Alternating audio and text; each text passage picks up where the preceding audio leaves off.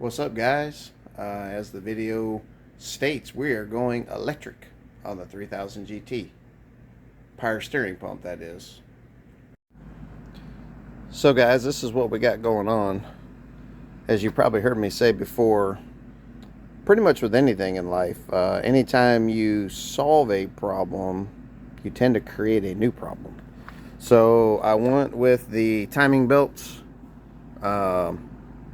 or gear belts, whatever you want to call it, for my supercharger pulleys.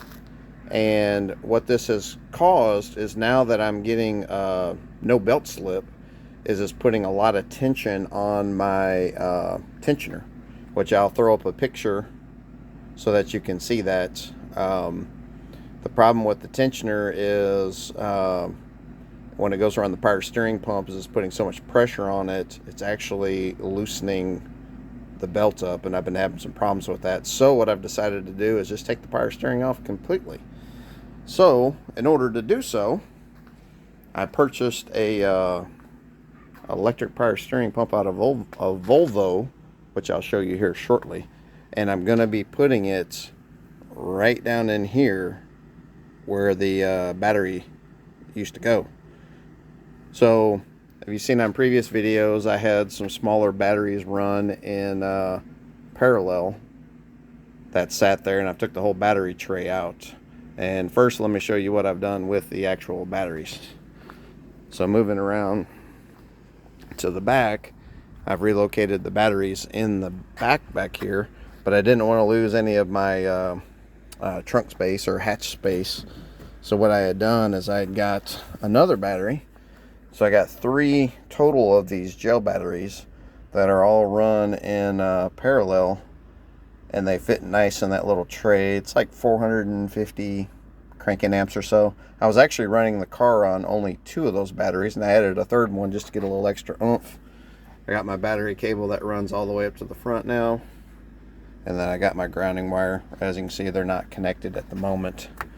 So what we're going to do then, moving back around to the front, is you can see down there, you can see the red wire that went down into, that is what runs to the back of the car. I ran it through the inside of the car just to keep it out of the elements, and then it'll come up here and just connect to my distribution.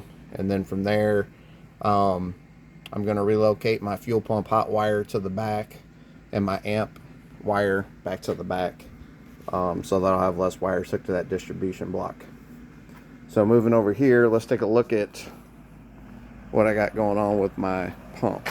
So when this pump came in, it came with this bracket here, which I'm not reusing, but this kind of gave me the idea of what I wanted to do with this dude. So I took the existing battery tray, and I'll spend some time letting you guys look and see what I did here. So I cut this side of the mount that mounts to the actual frame rail, and then I took a piece of flat bar and bent it so that it would get some clearance of the actual pump itself. Right now it's just kind of held together loosely, just so you can see it. And then I cut an aluminum plate that mounts on top. It'll bolt, 4 bolts will hold it on top of the battery tray. And then it has the same opening that I cut into the battery tray. So basically, I'm replacing my battery location with this electric power steering pump. Let me turn it around here so you can see the other side of it here. Maybe get a better view of it like this. So existing battery tray modified, and then put an aluminum plate on top of it, and it fits in there nicely. I got to take it apart to put it in there, which is what I'm going to do now, because I got to put the side support in and then put the metal top on it. Then the aluminum plate will go on it, and then I'll mount it here, and then I'll show you what I'm going to do with all of my hoses, and then how I'm going to hook up the electrical wiring. I chose to go with the one that has the reservoir mounted on top of it, because there's no benefit to having a remote reservoir, since this will be probably I would say 1.5 to 2 inches away from the hood. There's no need to run a remote reservoir because, again, you're not going to gain any clearance. So let me get this thing disassembled, get the battery tray back in the car, and then I'll show you how this thing's going to sit on the inside. Alright, so the battery tray is now in there. As you can see, it's bolted in place. It's getting a little dark today, might be a little hard to see, but see the hole in there. And then this is the aluminum plate that I made. I just drilled and tapped those holes and ran some bolts through the bottom side of it, and then this guy will go on here like this, which I'll go ahead and set it in here in place now. Alright, so it sits right in there, and then I got some bolts, small bolts, that go on the 4 sides. Let me bolt this down, and then I'll set the pump in place, and you'll see what it'll look like in the car. Alright, so I got the tray mounted. I got my oil separator back mounted. That was actually mounted on the side of the battery tray. So now I just got to set the pump in. So I got the factory rubber stoppers on there. And then let me grab this pump here. Hold on a second and get her set into place. Alright, so here it goes. Alright. So that is how she's going to sit in there. If you can get a good view of that. Then when I take my cold air intake and I get it back up here into place and mount that on there, then you can see I got some nice clearance in between there. I got my brake reservoir and my power steering side by side. So she fits in there nicely. Gonna call it for today, and then tomorrow I'm gonna run the high pressure line and the return line and do the electrical on this, and I'll show you what components I bought for that. So I'll bring you back tomorrow.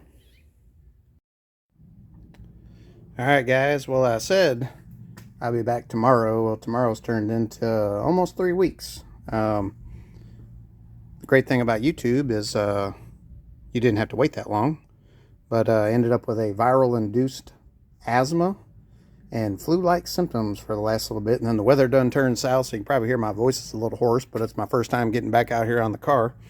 You can see how this power steering pump is going to fit down in there. Fits in there real nice. Like, I'm going to show you the let me pull this guy out of the way, show you the wiring setup on this. So I ended up with 6-gauge wire. This guy will come around here on the power side and go to a 80 amp breaker and then go straight to my distribution block. I got my battery wire hooked up so you can see how that's going to look. I put a relay down here to trigger the power wire that will turn this thing on. So I ended up splicing into, this is the power steering motor, this blue wire right there, which is, I guess you would call it the upper left pin, is a on 12 volt on when you turn the ignition on. So I ran a little blue wire off of it, ran it into a relay. The relay then goes to ground, and then I still got to stick a fuse in here. So what will happen is when you turn the key on, the relay will trigger, sending full 12 volts into the signal wire, which I have the plug laying around here somewhere. Actually, no, it's right here. There's the plug. That guy will go in there, tell this thing to turn on. 12 volts is coming through here. And then I still have to hook this ground up, which I'm going to end up just using the ground bolt right up there, and we should be good. Let me show you what the hoses and all the pieces I bought it's going to look like. So I ended up buying 6 AN. This is made for high pressure system, so I bought this. It's like 3 foot of hose. I think there's the part number. Bought that off of Amazon. I bought, this is -8, which is going to be my return. My return is just slides on hose barbs. So I'm just going to use some fuel injection clamps and then just clamp this on, because this is actually the low pressure return hose. Got these fittings here, -6AN, got a 90 to go down on the actual rack itself, and then a 45 that'll come off of the power steering pump. And then I needed these fittings right here. So this is a 16 millimeter by 1.5 thread. That's the if you can see there, that's what the item number is. Bought these off Amazon as well. This will be the one that will screw into the actual power steering pump. It needs that little, I guess, nipple on there with the O-ring. This is a 14 by 1.5. Here's the part number for it. This guy will go into the actual power steering rack on the car on the high pressure side. And then this is my, I bought 3 of these. I bought an 80 amp to run the power steering pump, a 30 amp to run my fuel pump, and then a 40 amp to run my amps whenever I put my car stereo in. But these are little breakers. Put them in, that turns them on. Whenever if they hit a high amperage, they just trip, so you don't have to replace fuses. I thought they were pretty cool. Bought these off of eBay from a RV supply store. They were like 11, 12 bucks a piece. So this is what's going to mount.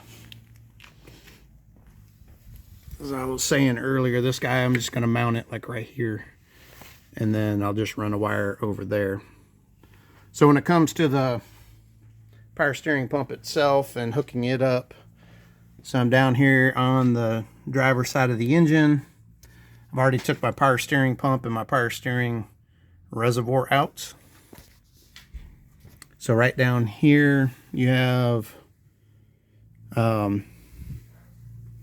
this is the low pressure line coming in off of the rack, the top one is, and then down on the bottom, which I got some paper towels stuffed in the end of it, that's the one that comes back. So this is just basically it's a metal pipe that runs down around the front of the car just to add the length to the system. Helps with temperature, foaming, all kinds of good stuff. But so I'm going to come off of this bottom, that bottom hose barb right there. You'll see it better once I hook the hose up to it. It'll be right down there, and then that will run around the back side here and then go into that little nipple right there, which is the return for the actual power steering pump. Then the 16 by 1.5 will go in underneath it. There's that little yellow thing sticking out of there. That's basically just a little cap, but that'll pull out, and that fitting will go in there.